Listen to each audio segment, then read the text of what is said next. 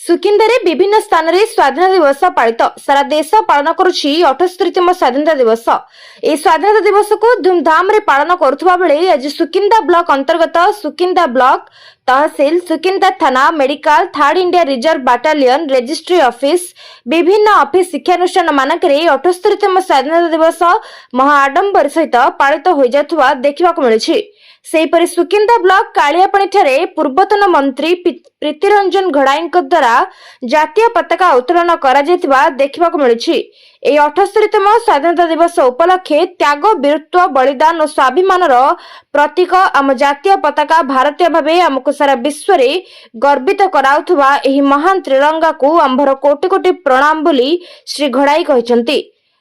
मालती private limited तरफ जाजपुर स्थित कार्यालय रे 78तम स्वाधीनता दिवस पालन हो जाउथुबा देखिबाको मिलुछि। मालती प्राइवेट लिमिटेड रे एमडी राजेश महालिक जातीय पताका उत्तोलन करथिबा बेले मालती प्राइवेट लिमिटेड रो समस्त कर्मचारी एही कार्यक्रम रे उपस्थित थिबा देखिबाको मिलथिला।